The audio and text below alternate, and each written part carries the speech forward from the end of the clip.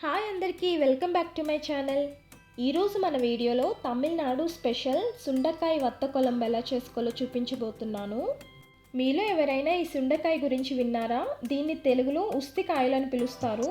తమిళనాడులో ఎక్కువగా ఈ సుండకాయ వత్త కొలంబుని చేస్తూ ఉంటారు. ఫంక్షన్స్లో, పెళ్లి భోజనాల్లో ఖచ్చితంగా ఈ రెసిపీ ఉంటుంది. టేస్ట్లోనే కాదు, వీటిలో చాలా హెల్త్ బెనిఫిట్స్ ఉన్నాయి.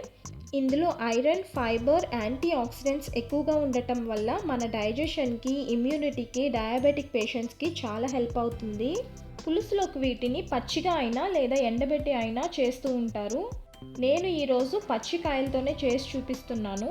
మరి రెసిపీలోకి వెళ్ళే ముందు మన ఛానల్ని ఫస్ట్ టైం చూస్తున్నట్లయితే సబ్స్క్రైబ్ చేసుకోండి. ఇంకా రెసిపీ ప్రాసెస్ చూసేద్దామా? ముందుగా చింతపండును నానబెట్టుకుందాం.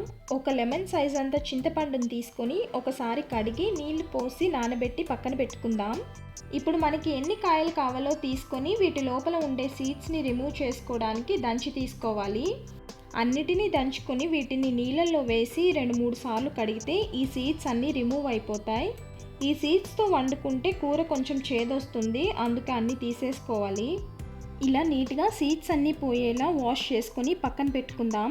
ఇప్పుడు స్టవ్ ఆన్ చేసి కడాయి పెట్టుకొని హీట్ అయిన తర్వాత పల్లి నూనె కానీ నువ్వుల నూనె కానీ 3 స్పూన్స్ వేసుకోండి. నూనె కాగిన తర్వాత 1 స్పూన్ ఆవాలు, 1/2 స్పూన్ మెంతులు, జీలకర్ర వేసుకొని ఇవి వేగి ఆవాలు చిటపటమన్న తర్వాత 20 నుండి 25 చిన్న ఉల్లిపాయలు వేసుకోవాలి. చిన్న ఉల్లిపాయలు లేకపోతే ఒక పెద్ద సైజు ఉల్లిపాయని చిన్న ముక్కలుగా కట్ చేసి వేసుకోండి. కానీ తమిళ్ వాళ్ళు చేసే స్టైల్లో ఉండాలంటే ఖచ్చితంగా ఈ చిన్న ఉల్లిపాయలనే వేసుకోవాలి. వీటితో పాటు 6-7 వెల్లుల్లి రెబ్బల్ని ఇలా కట్ చేసి వేసుకుంటున్నాను. అలానే ఒక రెమ్మ కరివేపాకు కూడా వేసుకొని వీటిని బాగా వేగనివ్వాలి. ఆనియన్స్ బాగా వేగితేనే కూర టేస్ట్ కూడా బాగుంటుంది. చూడండి, ఆనియన్స్ బాగా వేగి ఇలా బ్రౌన్ కలర్లోకి వచ్చిన తర్వాత 2 టమాటాలని ఇలా కట్ చేసి వేసుకుందాం.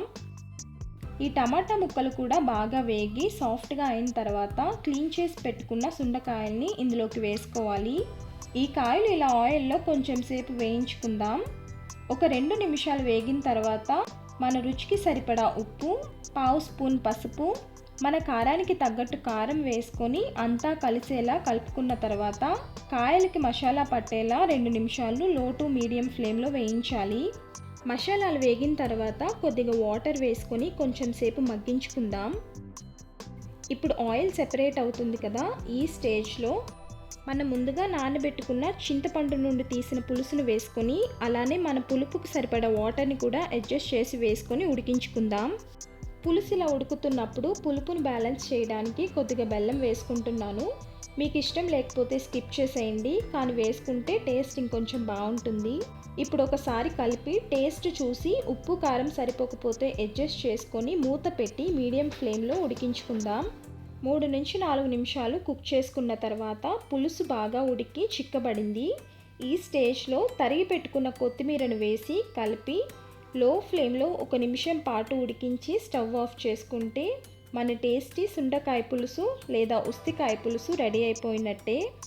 ఈ కాయలు మీకు మార్కెట్లో దొరికినప్పుడు తెచ్చుకొని నేను చెప్పిన ప్రాసెస్లో ఈ రెసిపీని తప్పకుండా ఇంట్లో ట్రై చేయండి. ట్రై చేసిన తర్వాత రెసిపీ ఎలా వచ్చిందో మీ ఫీడ్బ్యాక్ని కామెంట్స్లో చెప్పండి. అలానే వీడియో నచ్చితే లైక్ చేసి మీ ఫ్యామిలీ ఫ్రెండ్స్ కూడా షేర్ చేయండి. ఇలాంటి మంచి రెసిపీస్ కోసం మన ఛానల్ని సబ్స్క్రైబ్ చేసుకోవడం మర్చిపోవద్దు. Thank you for watching.